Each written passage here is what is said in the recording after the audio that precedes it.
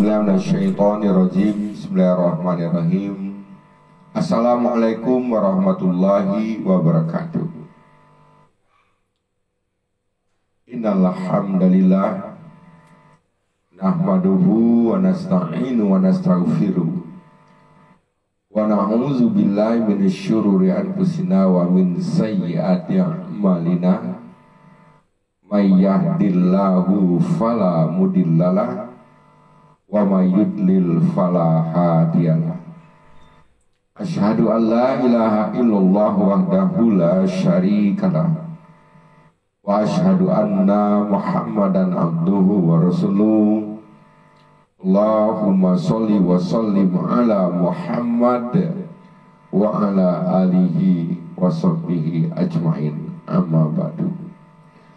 Ma'asyiral muslimin dan muslimat di mana saja Anda berada, yang insya Allah dimuliakan oleh Allah Subhanahu wa Ta'ala. Amin ya rabbal alamin.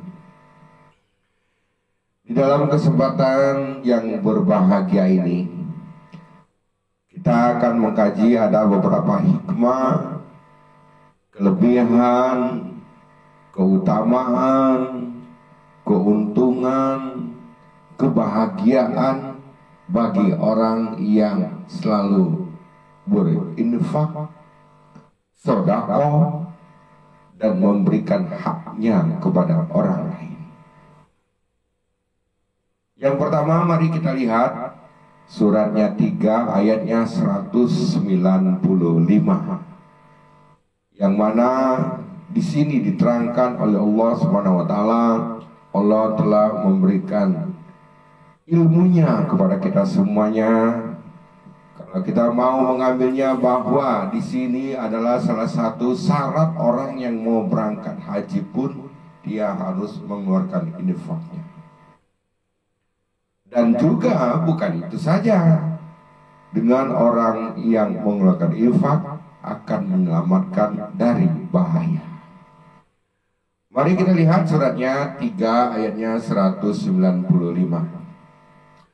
A'udzubillahi minasyaitonirrajim. Bismillahirrahmanirrahim. Wa anfiqu fi sabilillah wa la tulqu bi aydikum ila tahluka wa ahsinu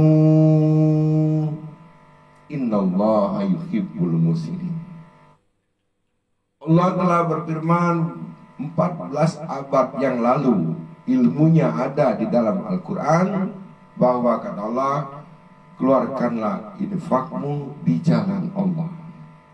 Satu, dengan orang yang mengeluarkan infak di jalan Allah, dan janganlah kamu menjatuhkan dirimu sendiri ke dalam gelembah kebinasaan, berarti bahaya. Tuh. Kemudian apalagi, wa asinu, berbuat baiklah. Berbuat baik dalam arti kata baik, kita bisa berbuat baik dengan waktu, bisa berbuat baik dengan ilmu, bisa berbuat baik dengan kesempatan, bisa berbuat baik untuk mengajak orang di jalan kebaikan, amal soleh. Kenapa Allah tuh menyuruh kita untuk banyak berbuat baik? Janji Allah, innallaha yuhibbul muhsinin. Allah sangat cinta kepada orang yang banyak berbuat baik. Nah, berarti kalau kita sudah dicintai Allah, mau apa saja kita bisa. Sehat, bisa. Ekonomi dijamin. Semua kebutuhan dipenuhi. Sama dengan kita kalau kita sudah cinta kepada seseorang, kita sayang kepada seseorang, pasti mau apa saja dia kita kasih. Anak kita, barangkali kalau anak kita nurut apa saja yang kita suruh, dia mau. Suruh bersihkan rumah, dia mau. Suruh nyuci baju, dia mau. Disuruh apa saja masak air pun dia mau. Disuruh belajar pun dia mau. Pasti kita akan senang. Tetapi coba kalau kita dengan anak kita yang disuruh mandi, malas. Disuruh kerja, ogah. Disuruh berbuat baik, emoh. Semuanya mengkel, sebel kita melihatnya. Tentu kita harus banyak berdoa. Oleh karena itu makanya kalau kita sudah dicintai oleh Allah, Allah itu yang mempunyai semuanya. Makanya kalau kita ingin selamat dari bahaya, selamat dari musibah, selamat dari bencana, ayo janganlah kita bermalas-malas untuk membagikan harta kita, mengeluarkan infak sedekahnya kepada orang yang membutuhkan. Nah di sini kalau kita saya teringat bahwa ada seseorang pemuda yang mau nikah. Sebenarnya dia itu mau nikahnya besok jam habis sholat Jumat. Dia menikah. Saksinya adalah Nabi kita Muhammad Rasulullah SAW. Ini cerita. Tidak ada di Quran tapi cerita. Cerita ini dia mendukung Al-Quran. Kemudian pemuda ini besok mau nikah habis sholat Jumat. Tiba-tiba malaikat datang memberikan informasi kepada Rasulullah. Kata malaikat Rasulullah, itu sebenarnya sama pemuda itu kesian. Kenapa? Besok dia itu akan musibah. Masya Allah. Bagaimana ya? Padahal besok dia mau menikah habis sholat Jumat. Tetapi malaikat memberikan informasi bahwa pemuda ini akan ada kejadian musibah yang besar, bahkan dia bisa sampai meninggal. Wow. Nah, Rasulullah tidak cerita kepada pemuda ini karena ya nggak enak lah, masa katanya harus diceritakan, nanti bagaimana shock lah dia atau bagaimana. Nah itu tiba-tiba waktu dia mau berangkat sholat Jumat, mau masuk masjid, ada seseorang pengemis. Dia mau minta bantuan, minta sedekah kepada pemuda ini. Dia tidak minta kepada yang lain, ditujunya kepada pemuda ini. Sehingga apa, pemuda ini mau ngasih uang, dia nggak bawa uang. Mau ngasih makanan, dia juga tidak bawa makanan. Yang ada di badannya itu hanya cincin kawin. Sudah dibawa, persiapkan karena habis sholat Jumat mau menikah. Langsung dikasihkanlah kepada si pengemis ini cincin kawin, padahal dia mau nikah. Bagaimana itu? Kira-kira berani nggak kita? Dia kasihkan cincin kawin permintaan calon istrinya itu, sehingga dia pulang dulu ke rumah mengambil cincin kawin yang lain. Demi dia ingin membantu seseorang pengemis yang betul-betul dia membutuhkan, dia tidak minta kepada yang lain. Kemudian apa yang terjadi? Rasulullah sudah menghitung jam. Ini kata malaikat, pemuda ini habis sholat Jumat nanti dia akan musibah. Tapi tunggu sejam, tidak. 2 jam, tidak. Sampai dia menikah, selesai akad nikah, menikah pun dia selamat. Tidak terjadi apa-apa, tidak musibah. Ini kata malaikat. Rasulullah, bagaimana nih? Ini malaikat apa dia membohongi saya? Tapi gak mungkin. Gak mungkin malaikat utusan Allah kok membohongi saya. Nah ini saya harus nanya kepada pemuda tersebut. Mas pengantin baru, mau tanya nih, sebenarnya apa amalan kamu sebelum sholat Jumat tadi? Katanya, sebenarnya tidak ada, katanya. Cobalah kamu ingat-ingat dulu, apa kira-kira amalan apa yang kamu amalkan sebelum kamu sholat Jumat tadi? Oh, baru dia ingat. Oh gini, ya Rasulullah, katanya. Saya baru ingat, katanya. Tadi saya mau masuk masjid, mau melaksanakan sholat Jumat, saya tidak bawa apa-apa, tidak bawa uang, tidak bawa makanan, tidak bawa pakaian. Yang saya bawa, yang di kantong saya cuma ada cincin kawin yang persiapan saya untuk menikah tadi. Sehingga saya pulang dulu ke rumah untuk mengambil cincin kawin yang lainnya. Oh, kata Rasulullah. Terus uang itu, cincin itu kamu apakan? Saya kasihkan kepada pengemis tadi. Nah inilah katanya yang menyelamatkan kamu dari musibah. Sebenarnya kamu tuh akan ada musibah besar-besaran, tapi karena kamu bersedekah, kamu berani mengeluarkan cincin kawin padahal kamu mau menikah, ternyata inilah Allah akan selamatkan. Masyaallah muslimin yang berbahagia. Nah ini satu. Kemudian kalau kita lihat lagi, orang yang suka berinfak, orang yang suka bersedekah, orang yang suka mengeluarkan haknya untuk kerabatnya, orang tuanya, anak yatim, fakir miskin, ibnu sabil, maka apa dapatnya? Dia bisa merubah karakter, bisa merubah sikap. Tadinya mungkin dia orangnya pemarah, kalau marah ngamuk-ngamuk, dendam kusuman, tiada maaf bagimu. Karena dia suka bersedekah, maka berubah orangnya jadi pemaaf. Orangnya bisa menjadi orang lembah lembut, orangnya humble, tidak gampang tersinggung. Kalau orang benci sama dia, marah dia dibalas dengan kebaikan. Nah ini bagi orang yang sedekah. Di mana suratnya? Kita lihat suratnya 3 ayatnya 130 dari 132. Surat 3 ayat 132, Allah berfirman, A'udzubillahi minasyaitonirrajim. Bismillahirrahmanirrahim. Atiullah wa atiur rasul.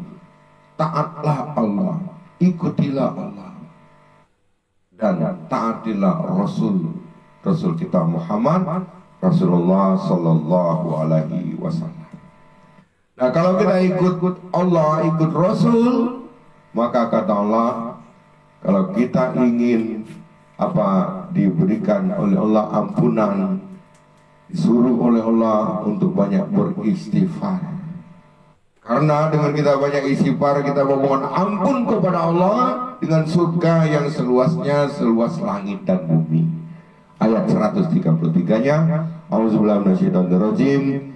Bismillahirrahmanirrahim. Wasari'u ila maghfiratin min rabbikum wa jannatin arduhas samawati wal ardh uiddat lil muttaqin.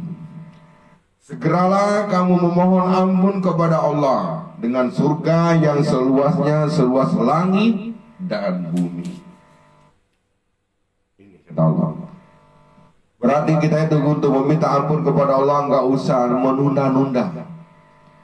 Ucapan yang paling afdol, yang paling bagus, kita setiap habis sholat fardu, sholat 5 waktu gitu, habis salam, assalamualaikum warahmatullahi wabarakatuh ke kanan, assalamualaikum warahmatullahi wabarakatuh ke kiri. Ucapan yang paling bagus, yang paling afdol, yang paling disukai oleh Allah, istighfar. Astagfirullahaladzim, astagfirullahaladzim, astagfirullahaladzim. Kita memohon ampun, mohon ampun ya Allah, mohon ampun, aku mohon ampun. Karena kita ini dari jam ke jam pasti ada salah, pasti ada dosa, pasti ada hilaf, barangkali dosa mata, kita melihat yang tidak baik. Mungkin omongan mulut kita suka ngomong tanpa ngerem. Begitu juga kita mendengarkan ucapan-ucapan orang yang tidak baik, ataupun kita melangkah-langkah kemana-mana yang tidak baik. Ini perbuatan-perbuatan ini mengandung dosa. Dosa kecil ini kalau lama-kelamaan bertumpuk. Dengan kita banyak beristighfar, insya Allah akan Allah ampuni. Karena Allah sendiri yang menyuruh, segeralah kamu mohon ampun kepada Allah dengan surga yang seluasnya seluas langit dan bumi, disediakan untuk bagi orang-orang yang bertakwa. Masyaallah muslimin yang berbahagia. Tetapi belum cukup cuman kita sekedar minta ampun saja, istighfar saja. Ada amalan lagi yang harus kita kerjakan. Apa itu? Infakkanlah hartamu. Segeralah kamu mohon ampun dan keluarkan infak, baik di waktu lapang maupun di waktu sempit. Nah, waktu lapang barangkali mungkin kita punya usaha kita lagi sukses, lagi maju, lagi berkah, lagi banyak pelanggan, banyak keuntungan, kita keluarkan. Atau petani mungkin panen padinya, panen kopinya, panen ladanya dan sebagainya, dia lagi sukses, kita keluarkan. Sebaliknya, baik di waktu sempit, ya mungkin barangkali tadinya usaha kita kurang, kemajuannya kurang, keuntungannya kurang. Begitu juga kalau petani, dia tuh mungkin hasil panennya kurang. Atau bagi orang yang punya usaha-usaha yang lainnya, pelanggan-pelanggannya banyak yang berkurang, sehingga minim pendapatannya. Tapi setiap dia dapat rezeki itu, dia selalu keluarkan, baik di waktu lapang maupun di waktu sempit. Nah, bagi orang yang mau mengeluarkan infaknya baik di waktu lapang maupun sempit, maka kata Allah, janji Allah, allazina yunfiquna fis sarra wad dharra wal kazimina bil ghaiz wal afina 'anil nas. Maka orang ini, kata Allah, orang ini bisa menahan marah. Tadinya dia kalau marah semuanya keluar, apa saja yang ada di kebun binatang itu keluar. Gak bisa ngerem ngomongnya, ini katanya, ini tuh, pokoknya semuanya apa saja keluarkan. Tetapi kalau dia sudah istighfar, dia mohon ampun kepada Allah, dan juga dia mengeluarkan infaknya baik di waktu lapang maupun sempit, maka orang ini bisa menahan marah. Kalau dia ingin marah, istighfar. Ingin marah, dia istighfar, karena ingat kepada Allah. Sebab marah ini adalah sifatnya syaitan. Kemudian apalagi, di samping dia bisa menahan marah, dia bisa memaafkan kesalahan orang. Wal afina 'anil nas, dia bisa memaafkan kesalahan orang. Nah, kalau dia sudah bisa menahan marah, memaafkan kesalahan orang, maka kan Allah yang ketiga adalah wallahu yuhibbul muhsinin.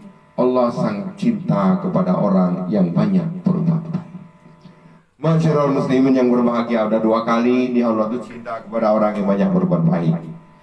Makanya oleh karena itu janganlah kita bermalas-malasan untuk berbuat baik. Mumpung kita masih punya waktu, masih punya usia, masih bisa menikmati semua apa yang Allah berikan kepada kita di dunia ini. Kalau kita sudah dipanggil oleh Allah, nggak bisa lagi kita berbuat baik. Makanya di dalam surahnya 9 ayatnya 53, 54, 55, Allah berfirman, kata Allah, infakkanlah hartamu itu baik di waktu, baik mau terpaksa maupun sukarela. Allah tegaskan lagi kepada semuanya, keluarkan infakmu itu baik terpaksa maupun sukarela. Terpaksa itu bisa saja kita latihan untuk memasakkan diri. Lama-lama kita menjadi kebiasaan. Setelah kebiasaan terbiasa, kita juga merasa tidak enak kalau tidak keluarkan infaknya. Ini terpaksa. Atau nanti kalau kita tidak keluarkan infaknya, dipaksa Allah. Dipaksa Allah, musibah, sakit, dan sebagainya. Dicuri uangnya oleh orang, atau dirampok, atau kehilangan, itu termasuk dipaksa oleh Allah. Infakkanlah hartanya baik terpaksa maupun sukarela. Tapi kata Allah, ingat, infak tidak diterima kalau kamu fasik. Ini, kalau fasik rusak, jahat, tidak diterima. Nah, bagaimana orang yang dikatakan oleh Allah orang yang fasik ini? Ayat 55-nya, orang itu tidak beriman kepada Allah. 1.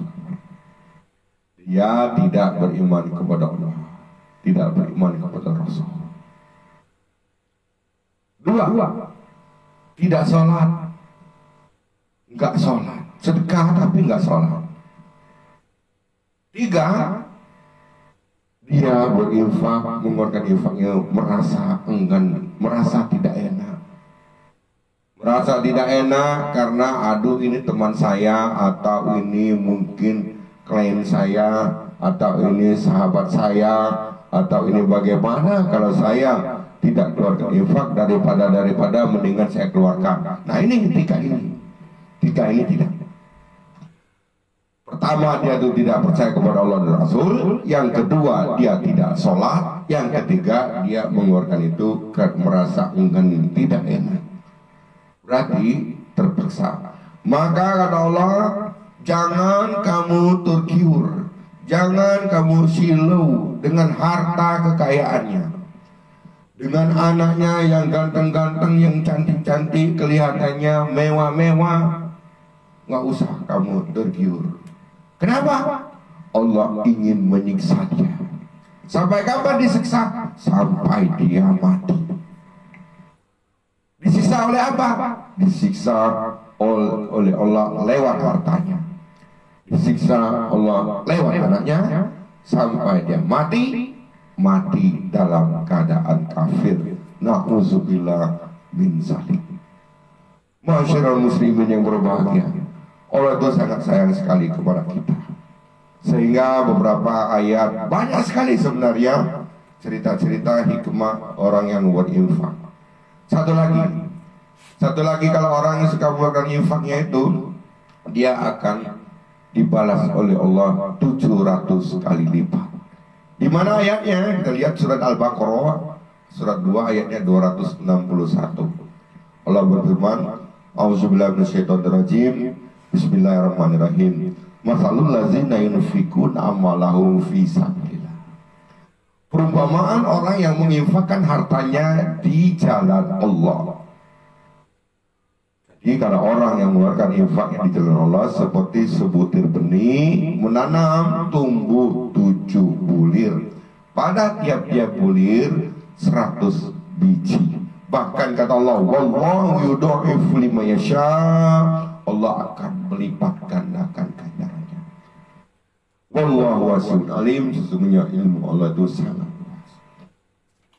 Masyarakat muslimin yang berbahagia, makanya sebenarnya kalau kita ingin mengadakan penelitian di mana saja, baik mungkin dulunya di kampung kita atau tetangga kita atau di mana-mana saja, tadinya orang itu kaya raya karena dia pelitnya 17 setan, nggak mau bersedekah, nggak mau mengeluarkan infaknya, sama kerabatnya dia juga pelit, bakhil alias medit, kikir, nggak mau, maka kayanya tidak lama.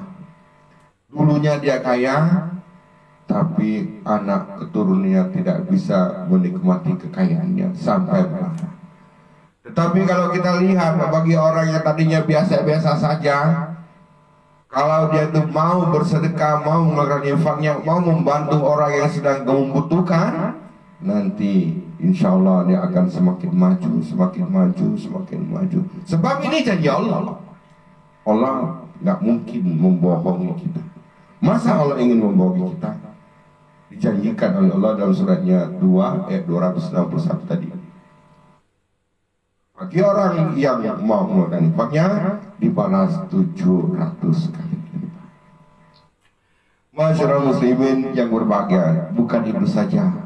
Janji Allah itu syaratnya kalau dia tidak menyebut-nyebutnya atau menyakitkan perasaan si penerima, maka bukan saja dia balas 700 kali lipat, tapi kata Allah dia tidak akan khawatir hidup, tidak galau, tidak sedih, tidak bersedih hati, disempurnakan pahalanya oleh Allah Subhanahu wa taala. Masyarakat muslimin yang berbahagia, satu lagi yang terakhir, bagi orang yang suka mengeluarkan infaknya, insya Allah dia akan selalu beruntung, tidak akan rugi. Meskipun kalau dia sedang mengalami kerugian, itu adalah cobaan. Surat berapa? Kita lihat suratnya Fatir surat 35 ayatnya dari 29-30. Allah berfirman, A'udzubillahi minasyaitonirrajim, innallazina yatluna kitaballah. Jadi kata Allah, sesungguhnya orang yang selalu membaca kitab Allah, berarti baca Quran. Orang yang ngaji Quran, baca Quran, baca Arabnya, baca artinya, pahami, hayati, amalkan. Insya Allah satu ini orang yang selalu membaca kitab Allah Al-Quran. Yang kedua, wa'aqamus sholat, mendirikan sholat. Mendirikan sholat, paling kurang sholat yang 5 waktu. Zuhur, asar, maghrib, isya, subuh, jangan sampai tinggal. Kalau tinggal nanti zong bisa saja. Seumpamanya kita mau nelpon seseorang, nomornya kurang, angkanya 1, pasti dijawab tulali. Begitu juga kita ingin menghadapkan diri kita kepada Allah, yaitu sholat cuma 4 waktu. Zuhur, asar, maghrib, isya, subuhnya ketiduran. Atau subuh, zuhur, asar capek. Atau maghribnya yang enggak, kena lagi sibuk, banyak urusan. Atau isyanya udah kecapean juga, nggak bisa. Makanya kita ini 5 waktu itu jangan sampai ditinggalkan. Kita suruh anak kita untuk melaksanakan sholat, suruh keluarga kita untuk melaksanakan sholat. Sebab dengan orang yang rajin sholat itu, kata Allah tidak minta rezeki kepada orang yang suka mengerjakan sholat itu. Pasti Allah yang akan memberinya rezeki, Allah yang mempunyai kekuatan yang sangat kokoh. Itu yang kedua. Yang ketiga, orang yang menginfakkan hartanya baik secara diam-diam maupun sembunyi-sembunyi, sirra wa alaniyah.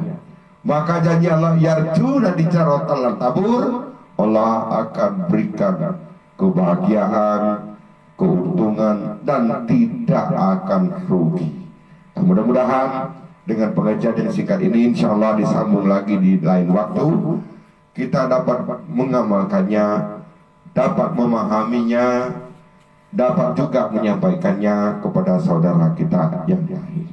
Lebih dan kurang ya mohon maaf. Wassalamualaikum warahmatullahi wabarakatuh.